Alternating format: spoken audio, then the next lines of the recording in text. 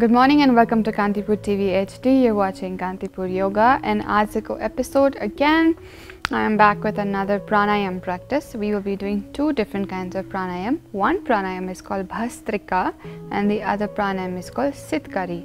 We do pranayam basically to help ourselves calm down, our mind, our body, our organs. Everything has got to do with katiko hydration we get from water and our fruits and nutrients, and how much oxygen we give our body and our organs. So when these two are well balanced, your muscles and your organ health is at optimum. So we will now focus on pranayam practice. Every pranayam requires breathing, which is our main focus, but kasari garne chai is very different with each pranayam. Benefits from each pranayam are also very different, and the way you sit and practice it is also very different. Luckily for us, in Bhastrika and Sitkari, both we require only Sukhasana. So you will come up into your nice seated Sukhasana practice, relax in. Now, the basic positioning for the Sukhasana is you will be seated down onto your glutes, fold your legs in, back is out straight, chest is drawn out, neutral spine, you're not forcing anything to happen. Lengthen your neck, that means you'll be looking into the front, chin little tucked in. Now this is your spine, nice and straight. Now, moving into our Bhastrika, basically what you're going to do is you're going to inhale from your nose, exhale from your nose, but inhale in from your nose little loudly. So you're going to be able to hear your breath coming in all the way into your nose, into your chest, into your belly. Now you slowly exhale it back out, forcing it out through your nose. So you're going to force the breath in, nakpada, into your belly and chest. You're going to force the breath out outside the nose. So coming into our practice, it looks like this. Inhaling in,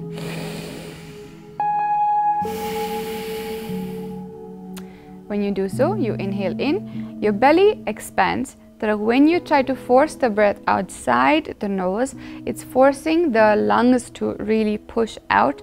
So anything stuck in your nasal passage, for example, dust, mucus, any allergens, anything that needs to come out of the body will be forced outside from the nose. So we're going to do a few rounds of these.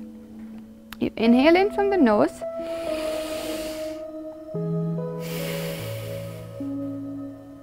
So your lungs are going to expand from the front, from the sides of the body, from the behind. Shoulders are going to come up. Your abdomen is going to be pushed out from the side and the back. So everything on your upper body, inhaling in.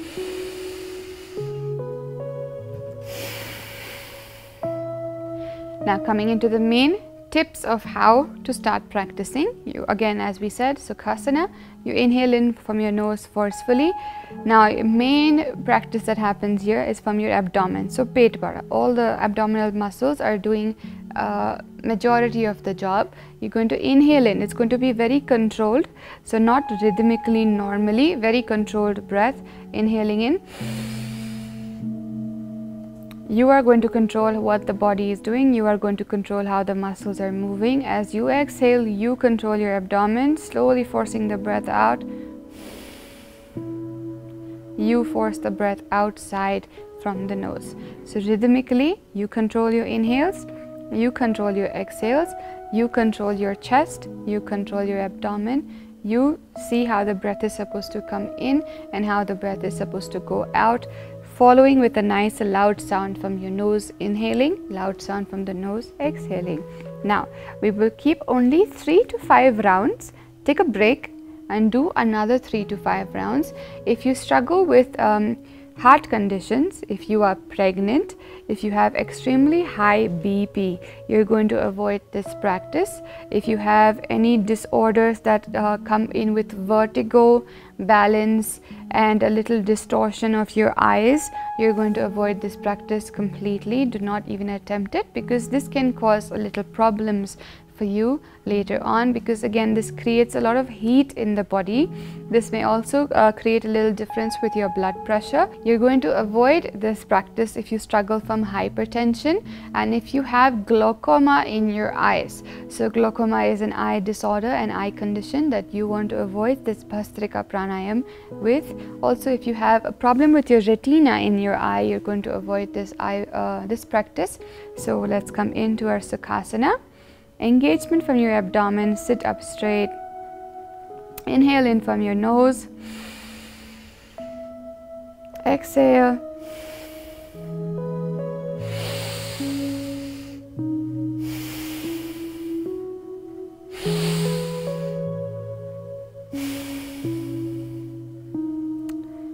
And when you're ready to stop, take a few deep breaths, gently, normally.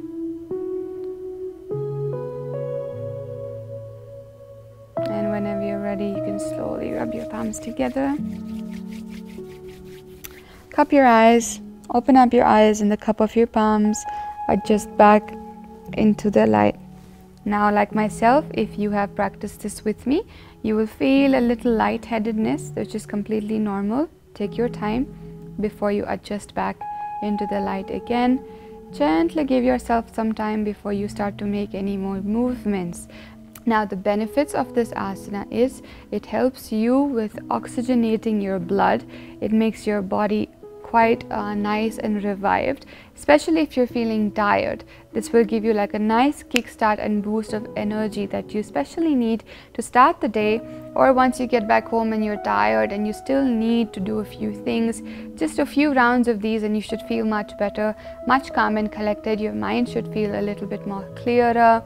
This may also help you if you're struggling to focus and get your mind to start doing a task. So if you're just sitting in one corner and you're avoiding to do work, this will help you kind of get up and get out and start making more movements, because suddenly you get this burst of energy. Now, since this breathing technique also has a lot to do with our abdomen, that means our stomach muscles, this will also aid you with digestion and any restorative practice for your abdomen. So if you're trying to get back into shape again, this is one of a great practice, especially after an abdomen surgery.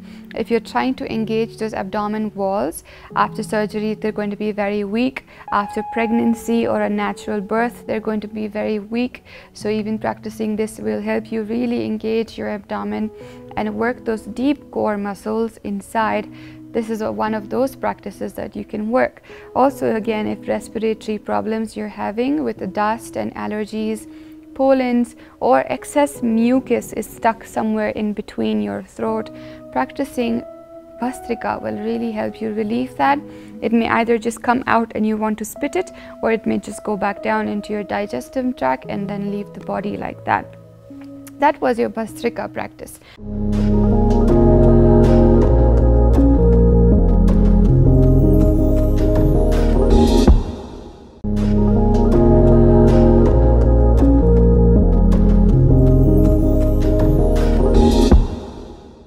Coming into your Sitkari practice. Sitkari is another pranayam which is a very ancient pranayam coming in from the old Vedas. Now, this pranayam is called hissing breath, Sitkari, because this sounds something like a hissing sound. So if you've ever heard a cat hiss, this sounds something like that. If you've ever heard a snake do a little hiss, this also sounds like that. Now, how do you start this pranayam? Again, as Bhastrika, in a nice Sukhasana, you will be seated. Now, this is a little technical with the mouth. So what you're going to do is you're going to relax your jaw. So the jaw is nice and relaxed. Now, you're going to take your tongue. So the tip of your tongue, you're going to take up towards the top of your mouth, the roof of your mouth. So take the tip of the tongue to the top. You're going to keep your mouth open. This is one of the pranayams in which you need to require breathing from the mouth. So you will not be breathing from your nose. So your nose will not be doing any breathing, coming in, going out, only the mouth. So you're going to inhale through the mouth and you're going to exhale through the mouth while you keep the tip of your tongue on pressing towards the top. So the hissing sound comes from there. So you inhale in, exhale out. Take the tip of your tongue. If you have excess saliva, swallow it. Take the tip of the tongue again, back up, That is your breathing practice. Now the air will come through the sides of the tongue, then go into your lungs and your belly. If it comes out from the sides and it gently leaves the body. Now there will be just a tiny hissing sound like breeze. If you ever have heard loud wind passing by, this sounds just like that. So again, we'll do the few rounds of this in a comfortable position. If you want to close your eyes, you can. If you just want to look to a certain point, you can. Swallow your excess saliva, relax your jaw, take the tip of your tongue, press it against the top, inhale in,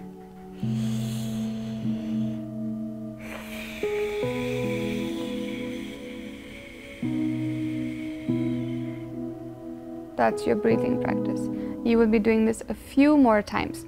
So we're going to do 5 to 10 rounds, take a break, do 5 to 10 rounds again, take a break. Maximum you should be practicing this is for just a few rounds.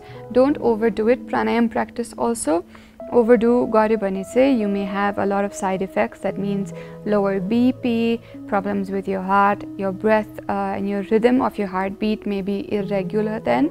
So you want to make sure your pranayam practice is very limited, is needed, it's done when it's needed, and not abused the practice of pranayam, because again, breath and the prana has a lot of energy that can come in and go out of the body. Now another tip to keep in mind is when you're practicing your Sitkari pranayam is of your teeth. So what to do with your teeth? That let's say we're going to keep them clenched together. So your teeth will be pressing down and your tongue will be up in towards the rooftop. So now this is another way you can breathe in, slowly inhaling again, clench your teeth. Take the tongue up to the roof of the mouth.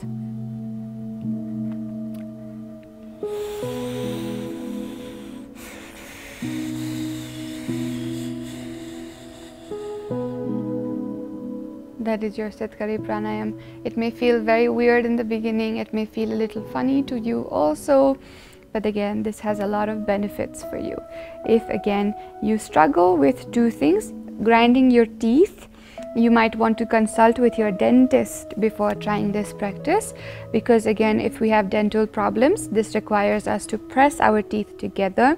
If you have a deep bite, for that meaning is if your lower jaw is over here and the upper jaw is over here, that may cause a lot of problem and pressure on your jaw over here, which can create a lot of tightness, headaches to the neck. So consult with whoever is your health practitioner before you practice Sitkari pranayam, because again, this requires breathing from your mouth and your teeth need to be clenched. Also, if you are having wisdom toothache, avoid this breathing practice. Again, logically, simply because we are grinding our teeth together, we have clenched our bite. Again, if you struggle with a few teeth in the front, again, consult your dentist. So the benefits of this pranayam practice are, this helps any abdominal organs over here, benefits your spleen and your liver, especially if you have the fear of having disorders of the liver. This pranayam practice will help you quite a lot. But again, a reminder is, if you already struggle from disease, and if you're already medically diagnosed by a doctor that you have thyroid, you have a fatty liver and things, so on and so forth, you need to remember in your mind, you're not going to be scammed by anybody when they tell you that yoga can cure these problems. Once you have a disorder, once you have a problem, pranayam practice or just asana practice or exercising may not cure you. It may help you prevent and take care of the symptoms you're having, and only that, nothing more than that. So if you have thyroid and someone says yoga is going to cure thyroid for you, that's not going to work. They're probably scamming you and making you believe things that are not true. Tara, on the other hand, if you practice yoga when you have thyroid, this will help your weight gain, this will help hormonal balance, this will stimulate your glands, and other symptoms that come with thyroid will be controlled. So that is what I mean to say. Now, if you have a fatty liver, any sort of exercise is going to help you, not just yoga, because what you need to do now is just control the fat intake. So you want to make sure you're exercising, your heartbeat is on a nice high at some point of the day. So basically cardio, walking, skipping, jumping jacks, getting any exercise. If you think exercise is not the right choice for you, play sports. One of the best examples I can give you is to go play badminton, go running, go swimming, skipping, play with your children, run with your dog, play basketball, play football with your friends. All these are also exercises that require a lot of body movements, a lot of muscle engagement, as well as you sweat. So if you're dealing with a fatty liver, exercising like this would be more effective than just going to a gym and lifting weights. That's one of my advices I would give. If you're struggling with sleep, these pranayama practices would really help you. These help you rejuvenate the body. So when you're feeling tired, upset, down and low, very stressed out, and your cortisol is very high. So cortisol again is a chemical in the body that is released in your mind when you're very stressed out.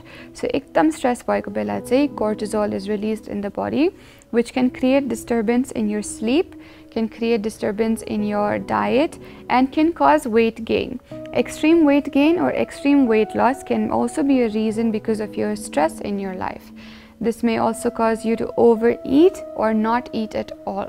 So you want to really manage your stress in your life, and how you plan to take care of that is completely on you. Today's lifestyle has a lot of exercise options. You can also just go and de-stress.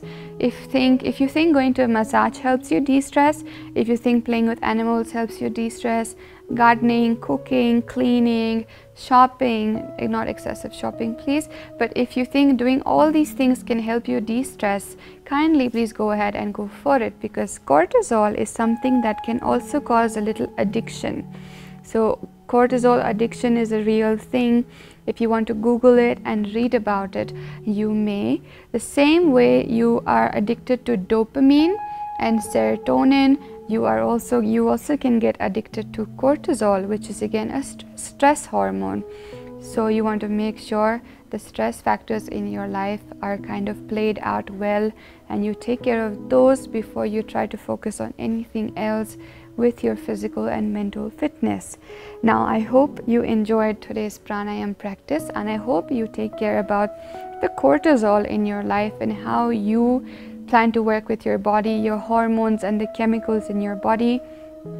Majority of the disorders can come in majorly internal, and then they reflect on our outside body. So again, if it's something as simple as pimples on your skin, that could be a screaming sign for your internal body telling you that your diet is not right, your food is not correct, you are having a lot of stress, the water you're drinking is not nutritious and it needs a water filter. Multiple facets of your lifestyle could be affecting how you're currently feeling. So I hope you take these all into consideration before you just take a gym membership, spend your money over there and completely waste it. You want to take these lifestyle choices into consideration. Now I hope you enjoyed your pranayama practice, and I hope I see you again tomorrow with another episode and yoga asana flow. Thank you so much. Have a very nice day ahead. Good morning.